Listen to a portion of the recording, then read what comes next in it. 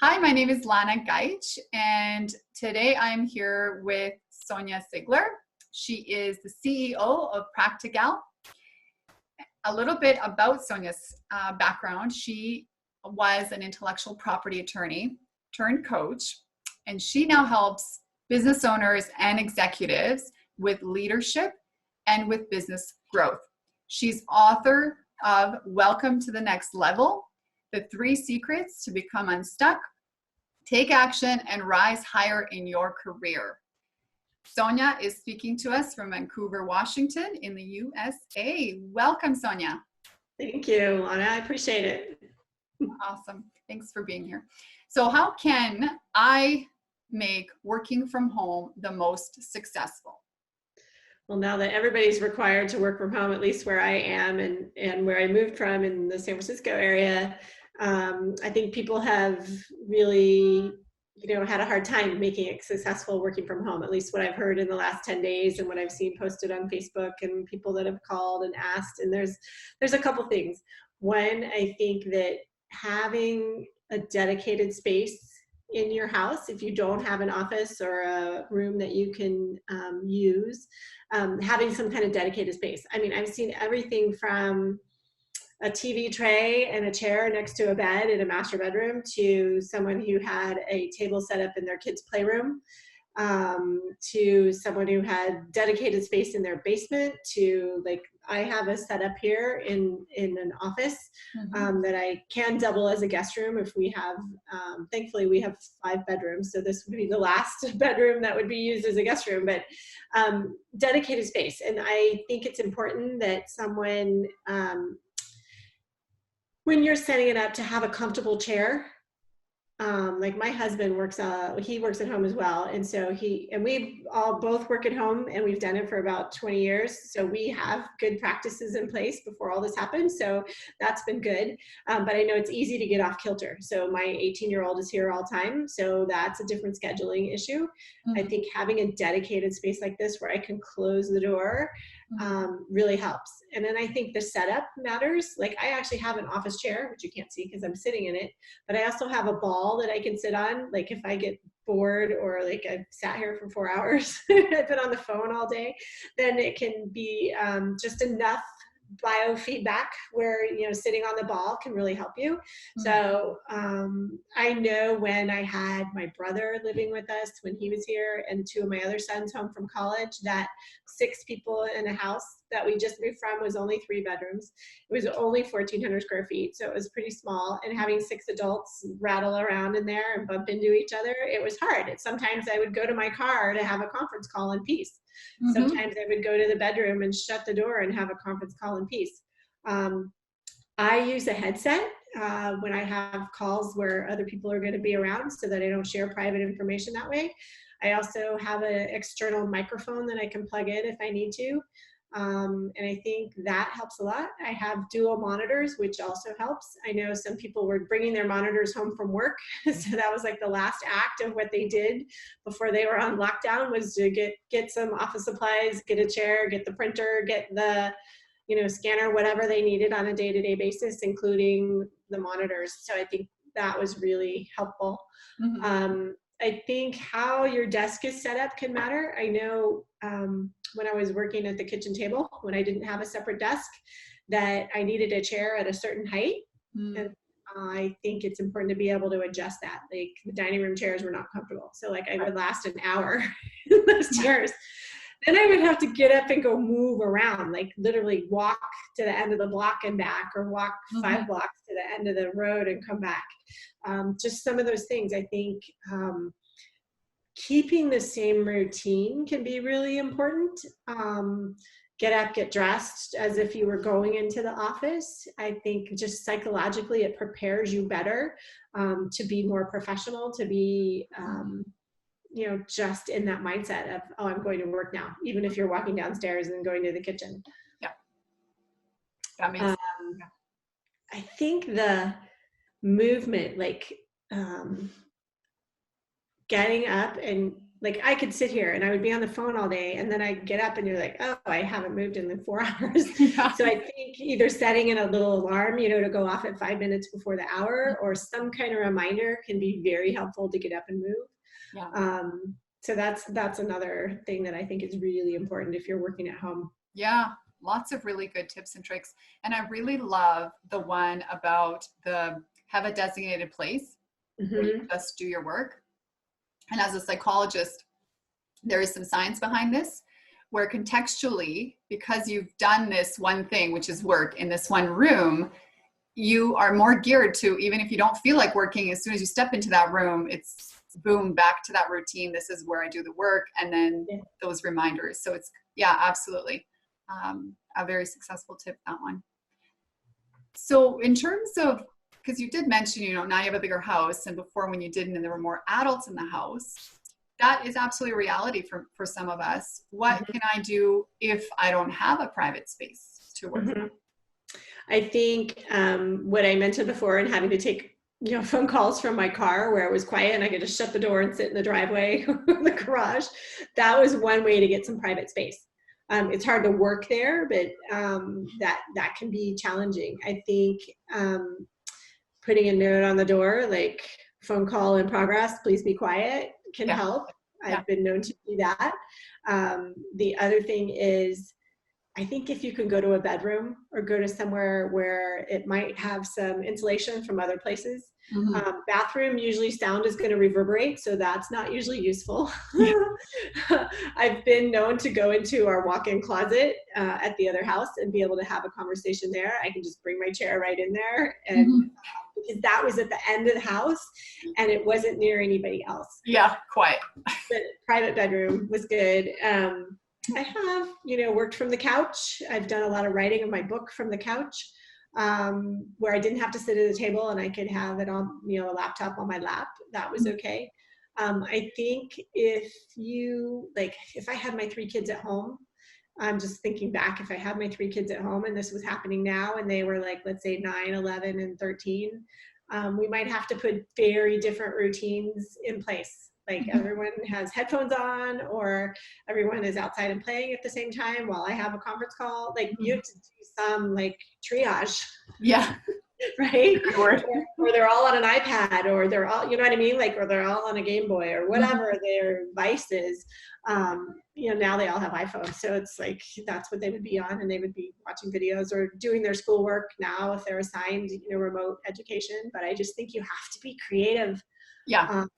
And I think bring the kids in on the solution if they're old enough to have a cognizance of what's going on. I think it's important to bring them in on the conversation, because I'm sure they're being driven nuts as well.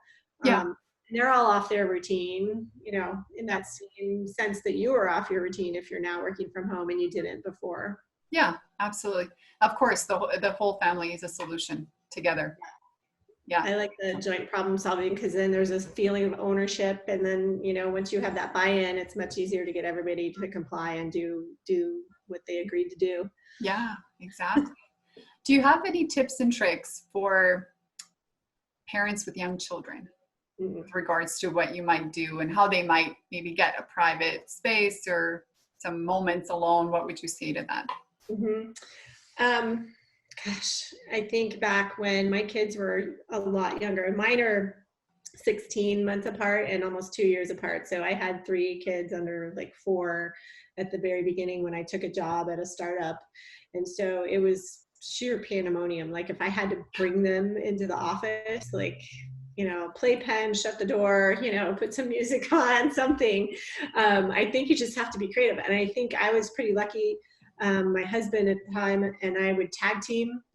But I have to say almost all of the childcare burden and entertaining the kids and keeping them busy falls to women and the moms. And it's super hard. I'm talking to a couple of attorneys and they're trying to get their billable hours in, and they're like, I'm working at midnight and then I'm up at 5 because the baby's up at 5. And it's just, I think you have to tag team if you have another adult, or if you have multi-generational families. I think you have to tag team and just put some routines in place where, okay, from 9 to 11 in the morning, we're going to have reading time, or we're going to have puzzle time, or we're going to have some other set time, whatever you're going to do in that time frame, because otherwise it's just catch can, and that exhausts everyone. Mm-hmm. Yeah, that makes sense. But I definitely think tag teaming is good. And I think a routine or a specific schedule, and even if it changes from day to day, what that schedule is, and you have the time blocks, that can be really helpful. Yeah, yeah, exactly. And in terms of if you get interrupted, what are some ways to get back into it if you get interrupted? Because that's going to happen with all of us that have kids. I mean, one of my favorite videos around is the parody on the BBC guy who had his children come in while he was on the call, and then the wife is like crawling into the room trying to get the kids out of there, and you're like, oh my God. There's a parody on it about her cleaning and cooking and doing all these things while she's having the conversation with the newscaster. So it's very funny. Yeah. So interruptions are going to happen. I think staying calm and not reacting, like not being reactive, is super important. I think acknowledge it. I think taking just a deep breath, especially if it's your kid coming in and you're on a conference call and you're trying to like actually have a conversation or give advice. If you're, you mentioned a medical on the psychological side or lawyer side, I work with a lot of executives who run their own companies, and it's hard if you have small kids, and especially the moms, that burden falls to them, and I see that a lot. And so I think just taking a deep breath, acknowledging it, welcoming your kid, it's going to happen. Like I saw one that just had her come sit on her lap, and you're like, okay, that might be what we get today, is I have to have that kind of close contact because they need soothing. And then I think deciding if you're going to interrupt, like hold on for the call, like time out for the call, take care of it and come back 1 minute later. Or if you need to turn your, Zoom video off and mute yourself on the conference call because you're not actually speaking at that time, then maybe that's what you need to do. So I think right at the time and figuring out what kind of interruption it is. Is it one, like my husband would come in and kiss me or, to say good morning. He's not an early person. So I'd be on a call at like 10 o'clock. I put my Zoom on, no video and no sound while that's going on. But there's just you can kind of gauge it at the time that it's happening to figure out, do I need to put a place on hold? Do I need to, actually take a break from it? That's if you're on a call or something like that. If you're just in the middle of working and you get interrupted, then you can decide. And I would say one of the important things is, put a placeholder where you were of like what you were doing, and so you can pick it up easier, because the sheer number of interruptions, whether you're in the office or at home, can be really derailing to your productivity. And I think that coming back and picking up right where you left off, take a deep breath before you get back into it, I think is like, okay, where was I? And then you can really just get back into what you were doing, as opposed to, oh my God, I got to get back to it. Having that freneticism come back in is not going to help. So I think just taking a deep breath is super helpful to concentrate and get focused back. Yeah, that makes sense. And you're right, actually, whether you're at the office or at home, there will be absolutely interruptions. They're different ones. Oh yeah. But they still happen, and it is hard to get back into it. Yeah, I mean, I sometimes, as an in-house lawyer, I would work at home because it was so much easier to get stuff done and so few interruptions at home compared to the office. People walking in your office and sitting down and talking, or the phone's ringing or whatever. So it just depends on what your work environment is, or now work from home environment. That's right. So what do you do then if your kids are driving you bananas and you're at home now trying to get your job done? Yeah, I hear, it's really interesting. I hear the two sides now of people. I don't have anything to do because I've been furloughed, or I don't have anything to do because I can't do my job from home, and they've sent everybody home. So they're like cleaning the closet and reorganizing the kitchen and the things. And then I hear from people who are like, it's day 9 of this thing and I'm lucky everyone's alive. Right. Like no one's starved in my house. Everyone's still alive. Yeah. So I think let's start with that side. You know what? Cut yourself some slack. This is kind of unprecedented, and no one knows how it's going to turn out. No one knows how long it's going to go on. I mean, I hear estimates for 3 more months. You hear estimates for 7 more days. Somewhere, hopefully the answer is in between there, but cut yourself some slack. Yeah. Cut your kids some slack. It's got to be hard having the rug pulled out from under them. They're missing their friends and teachers. They're missing their routines. Yeah, come up everyone's with new adjusting. routines for everybody. And I think, and this is my favorite one right now because I'm listening to Tara Brock on the Calm app, is radical self-compassion. Just really Right. say, this is what we got right now. Things are going to be different. We might all have to cook together and the kitchen will be a disaster area, but we'll still be standing tomorrow. Yeah. Even if one of my things, self-care is really important. And I think part of that is cuddle time, reading time, that kind of time together, whatever that looks like for you and your kids or you and your spouse or you, everybody together. We've been playing games after dinner, just for a little levity. I mean, we played Pandemic last night of all things. We've played, there's a silly kids game called Safari 7. There's, we played some other games like Set and Cork Bowl. And, it's just, we're trying to have some together time that's not panicky, that's not like, oh, we can't go out, we can't do this, but what can we do? What do we like to do?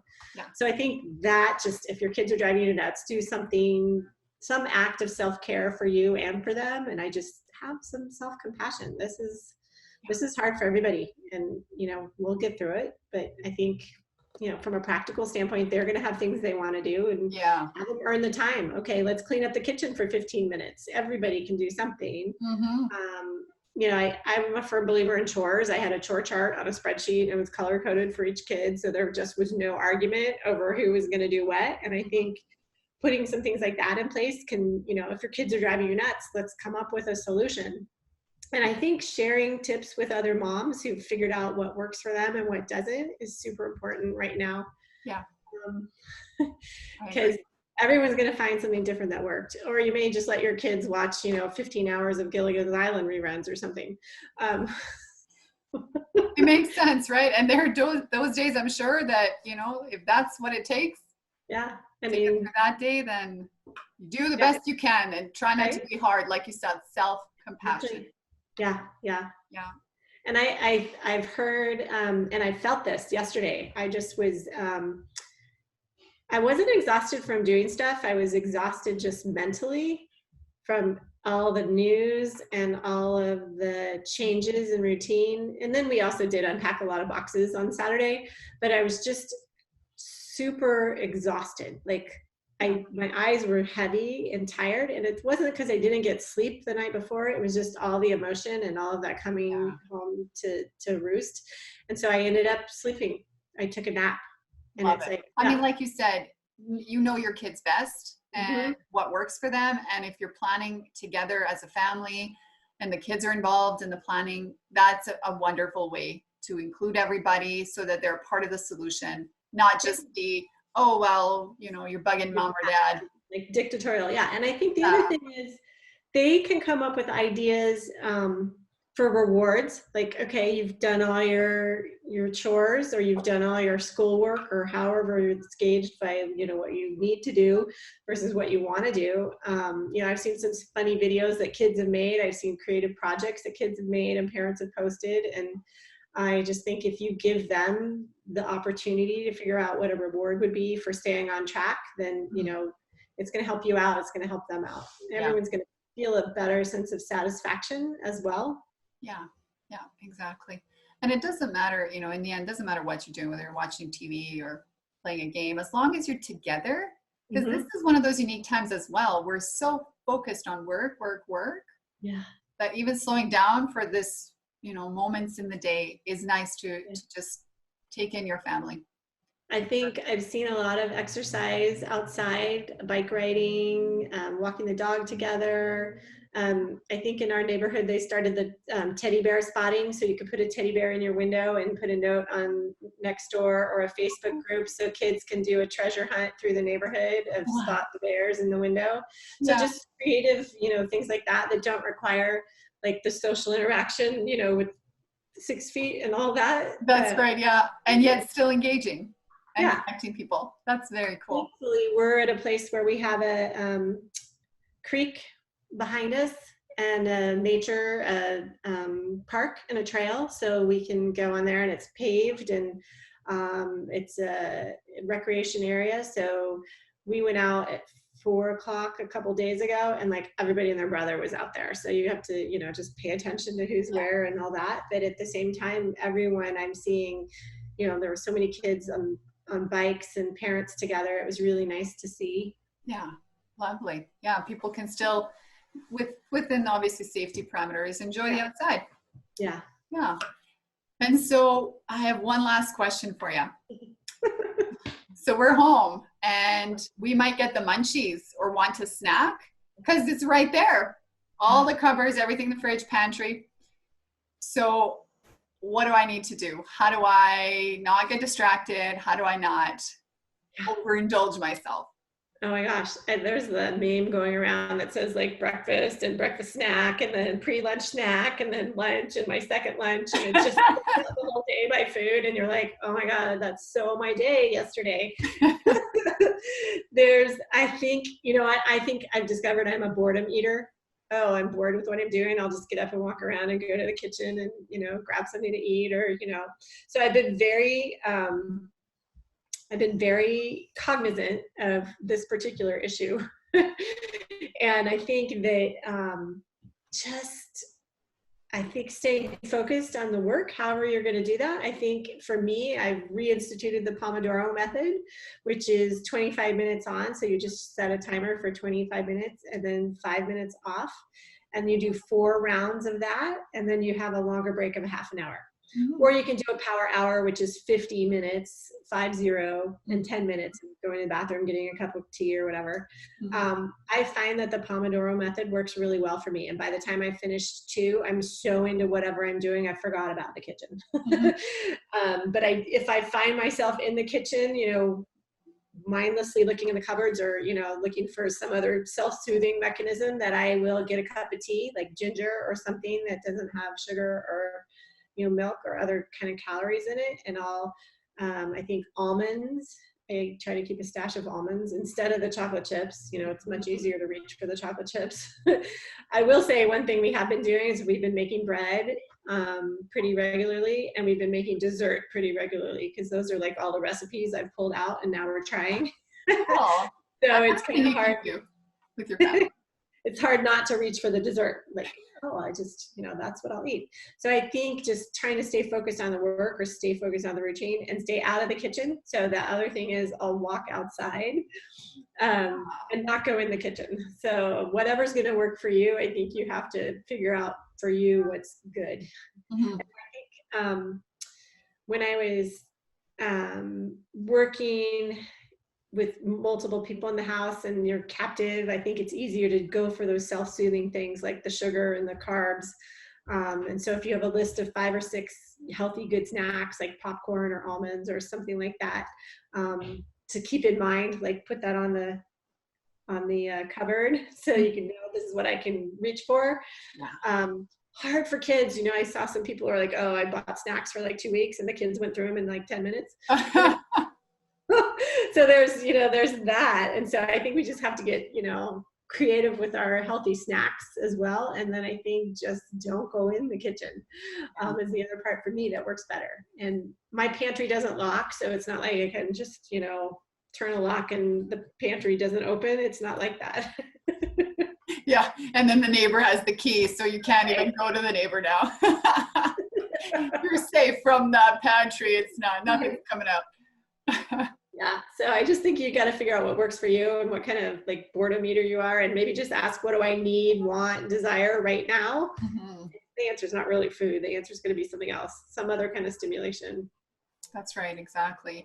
And we're going to interview a holistic practitioner who talks about gut health, and there are certainly people will crave certain things if they don't have good gut health. So yeah, tune for that one. But you're right. There's often something underneath going on, whether it's a physical problem or feeling a need, like you said, emotional. So yeah, I think for me, the boredom eater, I discovered that. And then I think the second thing is if something gets a little bit hard or I don't want to do it, then I'm definitely bouncing out of my chair trying to do other things. Mm-hmm. And so when I find that happening, like it's like this restlessness, then I'll go out and I'll exercise you know, whether it's really walking to the end of the 3 blocks or 5 blocks or whatever, or around the, you know, block or the neighborhood, just for a change of scenery and some sunshine and a little bit of fresh air. And that can really kind of center you or get you back into the focused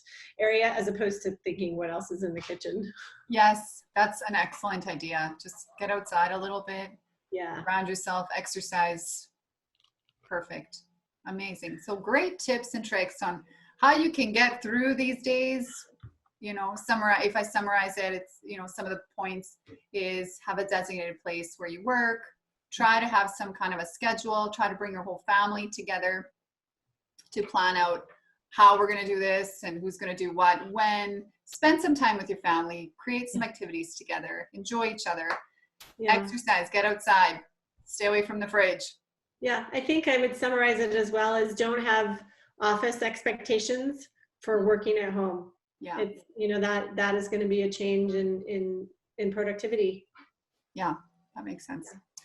Thank you so much for all these tips and tricks. We're all having to do something like this now. So and I think for people who run their own businesses and are having to do this with employees, having them set up and having them go through this, they're just going to have to share best practices to figure out what works for them and what doesn't. Because some companies, like I worked at one company where the office manager didn't want anybody working at home. And it's like, okay, you're seriously old school. You know, we're moving into a new era where this may be the new norm of working at home. I think companies are going to discover the cost savings and the, you know, time saved from commuting, you know, may really change the face of how companies do business, how they, you know, support their workers. Yeah, absolutely. Exactly. Who knows what's coming? We have some good ideas. Yeah. Excellent. Amazing. Awesome. Thank you so much for your time. I appreciate all these tips and tricks, Sonya. This was amazing. We'll have some of your info posted so people can ask questions if they have them, and we'll just leave them to ask you if they have them. Excellent. Thank you so much for having me. I appreciate it. Absolutely. Take care.